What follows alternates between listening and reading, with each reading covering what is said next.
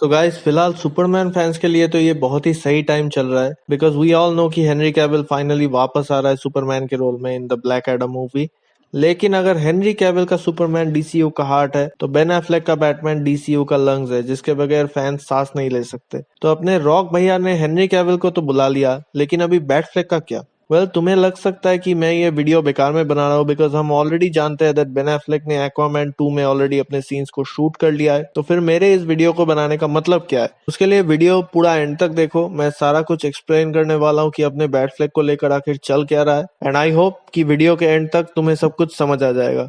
तो सीन कुछ ऐसा है कि जब बेन एफ्लेक का एक्वामैन में कैमियो करने का न्यूज ब्रेक हुआ और एक्वामैन भी दिसंबर में पुश हो गई, तो ये चीज फैंस के लिए एक बहुत बड़ी खुशी की बात थी बिकॉज बैटगर्ल फिल्म को डेविड ज़ास्लाव ने कैंसिल कर दिया था। तो हम सबको लगा कि बेन एफ्लेक ही अब मेन टाइमलाइन का बैटमैन रहने वाला है। और जो फ्लैश मूवी का ओरिजिनल एंडिंग था जिसमें कि माइकल कीटन मेन टाइमलाइन का बैटमैन बन जाते हैं और बैटफ्लेक किसी दूसरे टाइमलाइन में फंस जाता है, तो इस एंडिंग को हम सब ने एज्यूम किया था कि अब ये चेंज हो चुकी है और बेन एफ्लेक ही अब मेन टाइमलाइन में बैटमैन के रोल को कंटिन्यू करेगा। और फ्लैश फिल्म का रीशूट भी हो रहा था, तो इससे हमारा डाउट और भी ज्यादा स्ट्रांग हो गया था।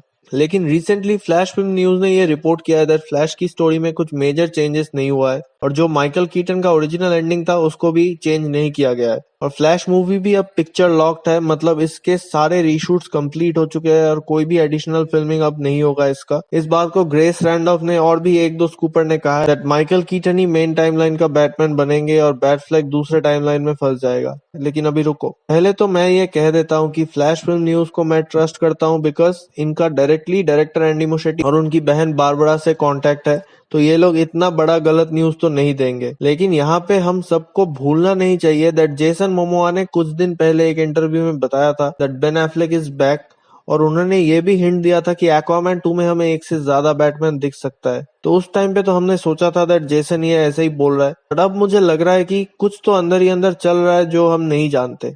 तो मैं यहाँ पे तुम लोगों को अपना ओपिनियन देने वाला हूँ कि मैं क्या सोचता हूँ इन सब को लेकर।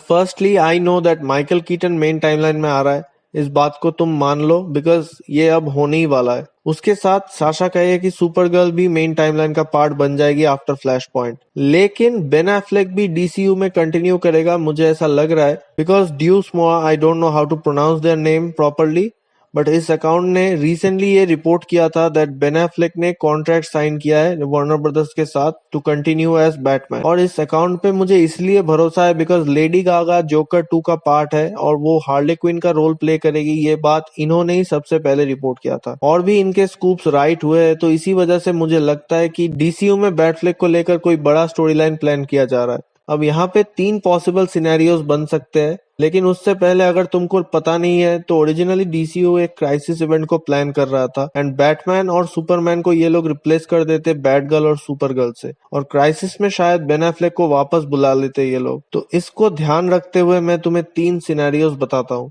पहला तो है कि बेन एफ्लेक को माइकल कीटन सच में रिप्लेस कर रहा है फॉर द टाइम बीइंग और बैटफ्लेक को हम एक लंबे समय तक नहीं देखने वाले टिल द क्राइसिस मूवी, और शायद एक्वामैन का सीन भी अब उनका कट कर दिया जाएगा। एंड ये बहुत ही घटिया सिनेरियो है लेकिन ये पॉसिबल है। सेकंड सिनेरियो है कि बैटफ्लेक और माइकल कीटन दोनों एक साथ एक ही टाइमलाइन में एग्जिस्ट करेंगे और क्राइसिस इवेंट तक कीटन का बैटमैन डीसीयू का पार्ट बन के रहेगा बिकॉज हो सकता है कि फ्लैश मूवी के इवेंट्स के बाद माइकल कीटन वाली यूनिवर्स तबाह हो जाएगी या फिर डीसीयू से मर्ज हो जाएगी, इसीलिए बैट कीटन और सुपरगर्ल अब डीसीयू का पार्ट है। तो ये एक हैप्पी सिनेरियो है। लेकिन जो थर्ड सिनेरियो मैं तुम्हें अब बताने वाला हूँ, मुझे लग रहा है कि ऐसा ही कुछ ये कर सकते हैं।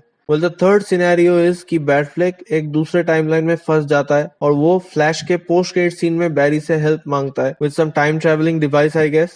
इसके बाद एक्वामैन 2 में भी बेन एफ्लेक का बैटमैन हमें पोस्ट क्रेडिट सीन में दिखने वाला है, जहां पे शायद वो जस्टिस लीग को किसी तरह कांटेक्ट करेंगे and he will warn them about a crisis, और यहीं से सेटअप किया जाएगा नेक्स्ट जस्टिस लीग मूवी को, और वहां बैटफ्लेक एक बहुत ही बड़ा रोल प्ले करेगा but he will not die in the movie. इस मूवी के बाद मेन टाइमलाइन में सिर्फ बैटफ्लेक एग्जिस्ट करेगा और शायद कीटन अपने यूनिवर्स में लौट जाएंगे या फिर हो सकता है कि कीटन मारा जाए। लेकिन कोई सा भी सिनेरियो हो, आई डोंट थिंक कि बैटफ्लेक का टाइम खत्म है, और जैसा कि डेविड ज़ास्लाव का मेंटालिटी है, मुझे नहीं लगता वो किसी भी हाल में बेन एफ्लेक को जाने देंगे बिकॉज हेनरी कैविल की तरह बेन एफ्लेक के लिए भी जनरल ऑडियंस पागल है, और अगर बैटफ्लेक का सोलो मूवी बनता है तो वो आंख बंद करके 1 बिलियन कमा लेगी बॉक्स ऑफिस पे, मैं इतना तुमको लिख के देता हूँ। तो ज़ैस्लाव इस मौके को तो हाथ से कभी भी जाने नहीं देंगे, ऐसा आदमी वो नहीं है। हेनरी कैविल के लिए तो ऑलरेडी सोलो मूवी का प्लान बन चुका है। अगर तुम नहीं जानते तो मेरा ये वाला वीडियो जरूर देख लेना। एंड बैटमैन डीसी के ट्रिनिटी का एक बहुत ही अहम हिस्सा है। लेकिन पता है प्रॉब्लम क्या है इधर? प्रॉब्लम यह है कि बेन एफ्लेक बैटमैन के रोल को कंटिन्यू करना नहीं चाहते थे, और ऐसा भी बहुत से स्कूपर ने बताया है कि प्रीवियस रिजीम ने बेन एफ्लेक को ऑफर किया था एक 2 पार्ट का स्पेशल मिनी सीरीज बैटमैन के ऊपर, जिसको बेन एफ्लेक ने करने से मना कर दिया था। इस बात में कितनी सच्चाई है I don't have any clue,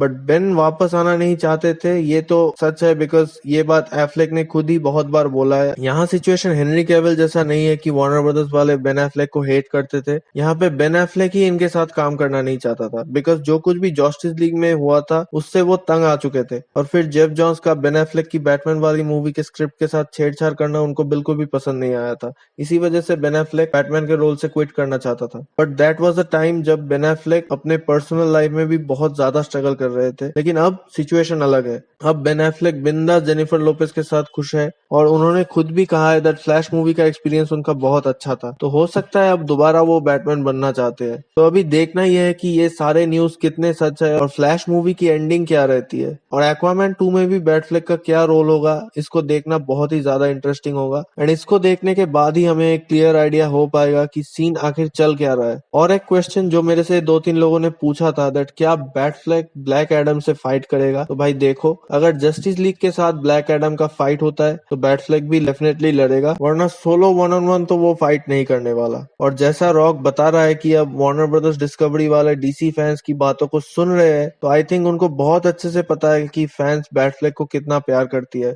सो अभी बस इंतजार कर सकते हैं हम, बाकी सही टाइम पे सच्चाई अपने आप बाहर आ जाएगी। तो तुम लोगों को क्या लगता है कि क्या हो रहा है बैटफ्लेक के साथ, और कौन सा सिनेरियो तुम्हें पॉसिबल लगता है, ये मुझे नीचे कमेंट्स में जरूर बताना। और वीडियो अगर पसंद आया तो वीडियो को लाइक और चैनल को सब्सक्राइब कर देना। मैं मिलूंगा तुमसे अगले वीडियो में, तब तक के लिए बाय, टेक केयर।